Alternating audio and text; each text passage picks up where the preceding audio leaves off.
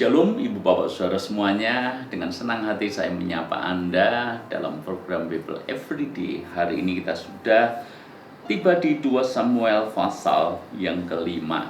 2 Samuel pasal yang kelima ini merupakan perikop di mana Daud menjadi raja atas seluruh Israel. Seperti yang kita bahas kemarin, Isi-Boset yang meneruskan pemerintahan Saul dibunuh, sehingga akhirnya Daud menjadi raja atas seluruh Israel.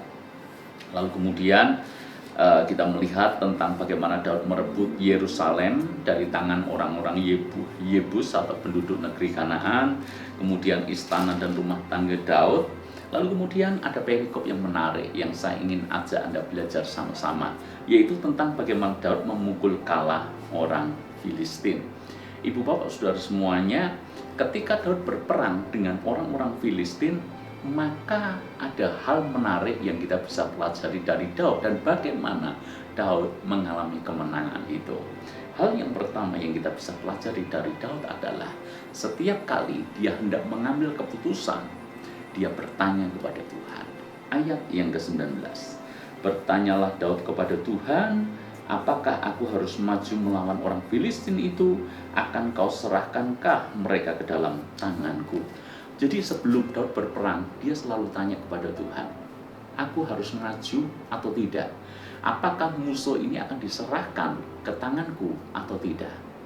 Jadi daripada Daud mengandalkan pengalamannya, Daud mengandalkan kemampuan perangnya, Daud mengandalkan jumlah angkatan perangnya yang tentu saja sekarang menjadi lebih besar, lebih kuat karena seluruh Israel sudah bersatu, Daud tetap melakukan seperti yang biasa dia lakukan. Seperti yang sudah pernah kita bahas sebelumnya, Daud adalah orang yang selalu bertanya kepada Tuhan. Kali ini Daud tetap melakukan hal itu. Dia bertanya kepada Tuhan, akankah kau serahkan orang-orang Filistin ini ke dalam tanganku? Hal yang pertama yang kita bisa pelajari dari Daud, setiap kali Anda dan saya mengambil keputusan, pastikan kita bertanya lebih dulu kepada Tuhan. Bawa doa dan pastikan bahwa kita ingin mencari kehendak Tuhan dalam keputusan yang kita buat. Jangan sampai seolah-olah itu adalah hal yang mudah bagi kita memutuskan dengan cara kita sendiri. Kita seolah-olah punya banyak pengalaman sehingga kita memutuskan dengan cara kita sendiri. Ibu bapak saudara semuanya, mari kita belajar rendah hati. Kita belajar untuk mengenali kehendak Tuhan dalam hidup kita. Bertanya kepada Tuhan. Dan hal yang kedua yang kita bisa pelajari dari Daud adalah dia mendengar suara Tuhan. Bertanya kepada Tuhan, mendengar suara Tuhan. Coba kita baca selanjutnya. Tuhan menjawab Daud, majulah sebab aku pasti akan menyerahkan orang Filistin itu ke dalam tanganmu. Hal yang kedua, mendengar suara Tuhan. Kita mempercayai bahkan di zaman sekarang Tuhan masih berbicara kepada kita. Kenapa? Dia Bapa dan kita anak-anaknya. Bagaimana tidak seorang Bapa selalu rindu berkomunikasi, menyampaikan isi hatinya kepada anak-anaknya. Apalagi jika anak-anaknya selalu datang kepada Bapa dan bertanya kepada Bapa, mengambil keputusan, minta petunjuk daripada Bapa. Dia pasti berbicara kepada kita. Berbicara kepada kita mungkin tidak secara audible, mendengar suara Tuhan secara langsung di telinga kita. Bisa saja Tuhan menyampaikan isi hatinya dan berbicara kepada kita melalui firman yang kita baca. Kita bertanya kepada Tuhan, Tuhan menjawab melalui firman-Nya. Bisa juga Tuhan pakai pemimpin rohani, orang-orang yang ada di sekeliling kita, menjadi jawaban bagi pertanyaan kita.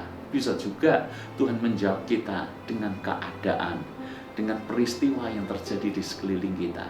Tuhan berbicara kepada kita dengan banyak cara. Intinya adalah tanya kepada Tuhan, pasti Tuhan akan menjawab kita.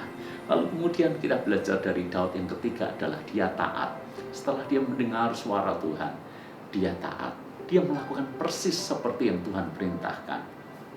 Bahkan menariknya adalah ketika di kali pertama Daud menang melawan orang Filistin ini, di peperangan yang selanjutnya, ingat, musuh yang dihadapi sama, yaitu bangsa Filistin, medan perangnya juga sama.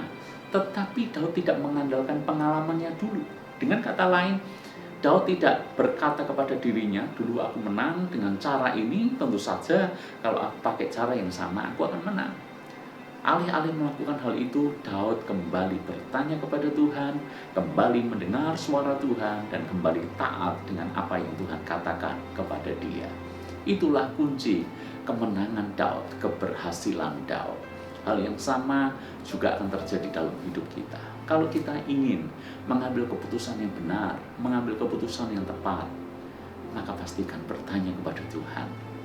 Pastikan belajar peka dengan suara Tuhan, peka dengan firman-Nya, peka kalau Tuhan mengutus orang-orang tertentu untuk berbicara kepada kita, bahkan peka dengan serangkaian peristiwa yang terjadi dalam hidup kita. Kemudian belajarlah taat.